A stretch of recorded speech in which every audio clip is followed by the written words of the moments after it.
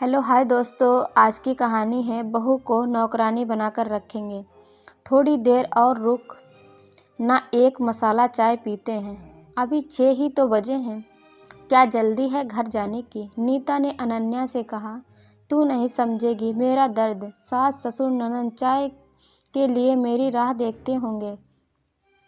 पिंकी को भी भूख लगी होगी। छत पर सूखते कपड़े उठाऊंगी, तहे बनाऊंगी, प्रेस करूंगी, फिर शाम को खाने की तैयारी करूंगी। सबको खाना खिला पति के आने की राह देखूंगी। उसके आते ही गरम गरम रोटियां सेक कर दूंगी। उनके बाद खुद खाना खाऊंगी। फिर रसोई और बर्तन साफ करके रखूंगी। इतनी चिंता, इतनी फिक्र क्यों? तेरे सास और ननद को लकवा मारा है क्या, जो अपने हाथ से चाय नहीं बना सकते? और तेरी पिंकी 2 साल की है ना, कोई उसे एक गिलास दूध और बिस्कुट भी नहीं दे सकता? एक दिन कपड़े ना उठा, क्या फ़र्क पड़ता है? कौन सा भोपाल में रोज़ बारिश होती है? और आज के ज़माने में कौन सी पत्नी अपने पति का इंतज़ार करती है? सभी काम के ऑप्शन होते हैं, समझ डियर। बड़ी बेफिक्री से नीता ने अनन्या से कहा। बोल तो ठीक ही रही है, मगर क्या बताऊं? शादी के दूसरे दिन से ही मेरी सास ने मुझे रसोई में लगा दिया। मैंने बहुत कहा मैं नौकरी करना चाहती हूँ, मगर उन्होंने साफ इनकार करते हुए कहा, हमारे घर की बहुएं नौकरी नहीं करती। जब सौरभ से भी इस बारे में बात करना चाहा, वह बोले, चुपचाप घर संभालो, हमारे वंश को आगे बढ़ाओ, यही तुम्हारा धर्म है। और माँ ने कहा है वही होगा। अपने मायके से भी बात की, वहाँ माँ और भाभी दोनों ही बोले, तुम्हारा घर है, अब तुम संभालो, हम तुम्हारे मामले में नहीं बोलेंगे। अब तू ही बता, जब मेरी वहाँ कोई सुनता ही नहीं, तो अपनी बात किसके सामने रखूँ? सभी को अपनी अपनी चलानी होती है। अरे जब तुझे ही बोलना है तो खुलकर बोल देना, क्यों खुद का इतना दर्द देती है? अब तो तुझे वहाँ रहते रहते 4 साल हो गए हैं। ठीक है, नौकरी नहीं करती तो क्या बहू रानी को नौकरानी बना कर रखेंगे? और ये पति के आने के बाद खाना खाने वाला लेक्चर भी ख़त्म कर। पति अगर बाहर खाकर आता है तो क्या तू भूखी सो जाती है?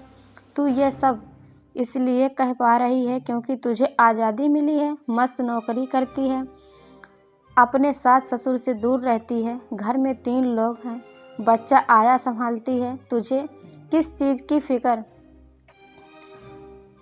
नहीं है? समझाकर मैं पैसे नहीं कमाती ना, इसीलिए बोल नहीं सकती। अनन्या मुंह लटकाकर बोली, वाह, तेरे हिसाब से क्या सिर्फ नौकरी करने वाली बहू ही अपने हक के लिए बोलती है? किसी के सही कहा है, दूर के ढोल सुहावने लगते हैं। नीता एक गहरी सांस लेकर बोली, मतलब ये तुझे लगता है कि मेरी ज़िंदगी में आराम ही आराम? शायद इसलिए क्योंकि तू सिर्फ मेरे आज से प्रभावित हो गई है। मेरा रहन सहन, बोल चाल, नौकरी करना तुझे आसान लग रहा है। तू सच्चाई सुनना चाहती है तो सुन। शादी से पहले ही मैं जॉब करती थी। मेरी सास मुझे बड़े थप्पे से बोलकर लेके आ गई, बेटी बनाकर रखूंगी। कुछ ही दिनों में सच्चाई सामने आ गई। मुझे साड़ी ही नहीं, हर समय घूंघट में रहना था। तुम नई बहू हो, घर के रीति रिवाजों सीखो, नौकरी कुछ समय बाद कर लेना, बोलकर छुड़वा दी। हर तीज त्योहार पर मायके से गहने और पैसा लाने को बोलते। गर्भवती थी तब सारे काम यह बोलकर करवाए कि नॉर्मल डिलीवरी होगी। उसके बाद ऑपरेशन से बेटी पैदा होने पर मुझे मायके भेज दिया, ताकि बहू और पोती की देखभाल ना करना पड़े। सबसे ज़्यादा बुरा तो तब लगा जब मेरे पति ही 6 महीने में एक बार मुझे और मेरी बच्ची को देखने आए। जब वे मुझे लेने आए तो मैंने उनके साथ जाने से साफ इनकार कर दिया, क्योंकि मुझे पता था मेरे पिता शादी के बाद से लेकर अब तक इतना करने के बाद कर्जे में डूब चुके हैं। अगर मैं दोबारा ससुराल गई तो फिर बच्ची के नाम पर पैसा मांगना शुरू कर देंगे। तब मैंने फैसला किया कि अब मैं अपनी नौकरी दोबारा करूंगी और अपनी ससुराल कभी नहीं जाऊंगी। मेरे पति राकेश, मुझे भी तुम्हारी ज़रूरत नहीं, बोल वापस चले गए। उन्होंने लगा औरत कमज़ोर होती है, जैसा कहा जाएगा उससे वैसा ही करना होगा। सास ससुर ने भी उन्हें मुझे छोड़ने के लिए बोल दिया, मगर अगले 6 महीने में राकेश की अकल ठिकाने आ गई, क्योंकि अब मेरी सास को पता चल गया था घर में काम करने वाली बहू चली गई है। राकेश को भी अब कोई महत्वता नहीं मिल रही थी, सबको बस उसके पैसे चाहिए होते थे। घर में खाना तक नसीब नहीं होता। उन्हें होटल और सेम का खाना खाकर अकल ठिकाने आ गई। उनकी साल भर बाद मुझसे मिलने में घर आए और बोले, मैंने एक मकान किराए पे लिया है, अब हम तीनों वहीं जाकर रहेंगे। तुम नौकरी कर सकती हो, मेरी तरफ से कोई रोक टोक नहीं। बच्ची को हम दोनों मिलजुल कर पालेंगे। मुझे समझ आ गया, मेरे घरवाले मुझे सिर्फ स्वार्थ सिद्धि का जरिया समझते थे और साथ में तुम्हें भी टच करते थे। बस अनन्या, शादी के 5 साल बाद मेरी ज़िंदगी जो तुम्हें लगता है बड़ी आसान है, बड़ी मुश्किल से बनी है। नीता ने अपने आंसू पोंछते हुए कहा, अरे यार, मुझे माफ़ करना, मुझे नहीं पता था तेरे साथ इतना कुछ हो चुका है। तूने सच ही कहा, दूर के ढोल सुहावने लगते हैं। जब तक सच्चाई का पता ना हो तब तक किसी के बारे में राय नहीं बनानी चाहिए। चल अब ज़्यादा सेंटी मत हो। अगर तू समझ ही गई है तो अपनी फिक्र करना शुरू कर दे। और तूने क्या कहा था, कमाने वाले ही बोलते हैं? क्या तेरी सास ननद पैसा कमाती हैं जो इतना बोलती हैं? कुछ वक्त के लिए हालात मंजूर किए जा सकते हैं, लेकिन समझौता करना अपने जीवन को किसी और के हाथों में सौंपना जैसा होता है। फिर वो आपको जैसे चाहे नचाता फिरे। इससे अच्छा है आवाज़ उठाएं, ना कहना सीखें, जितना हो सके उतना करें। अपनी क्षमता से अधिक कार्य करने की कोशिश ना करें, वरना नुकसान आप ही का होगा, जैसा तेरे साथ हो रहा है। अपनी सेहत तो देख, कितनी कमज़ोर नज़र आ रही है, आँखों में गड्ढे हो गए हैं। बहन, घर गृहस्थी के अलावा भी दुनिया होती है, ये बात समझ।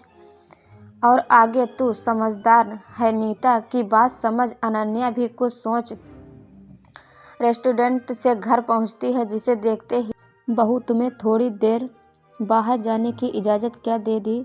तुम्हारी तो पर जवान ही निकलना है।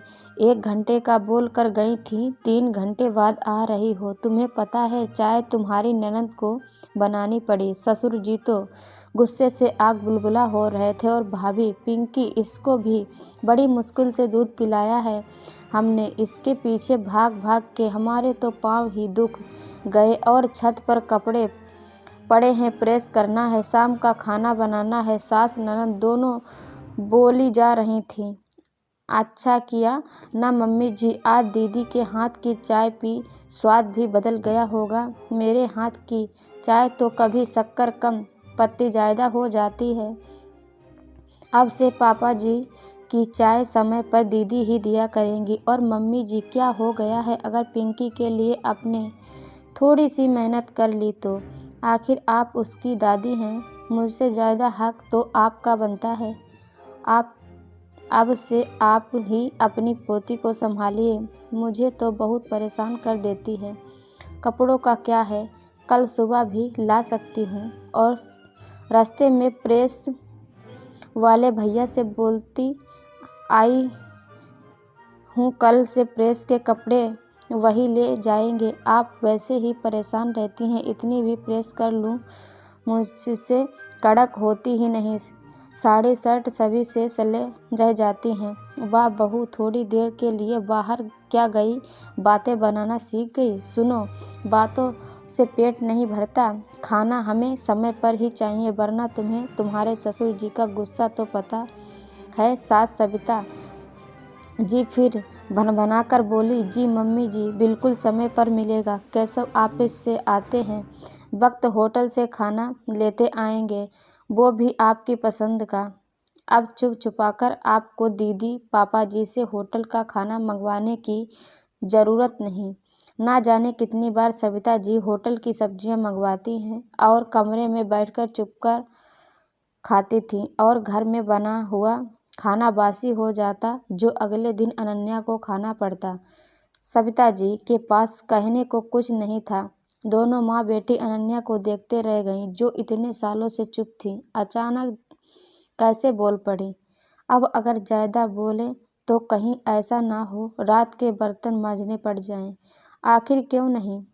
जब सब बोल रहे हैं तो बोलने का हक तो उनका भी था। सच ना कहें पाने के दर्द से छुटकारा भी मिल गया सोचकर अनन्या अपने कमरे में चली गई। आशा करती हूँ कि रचना आपको पसंद आई होगी। इसके लिए धन्यवाद।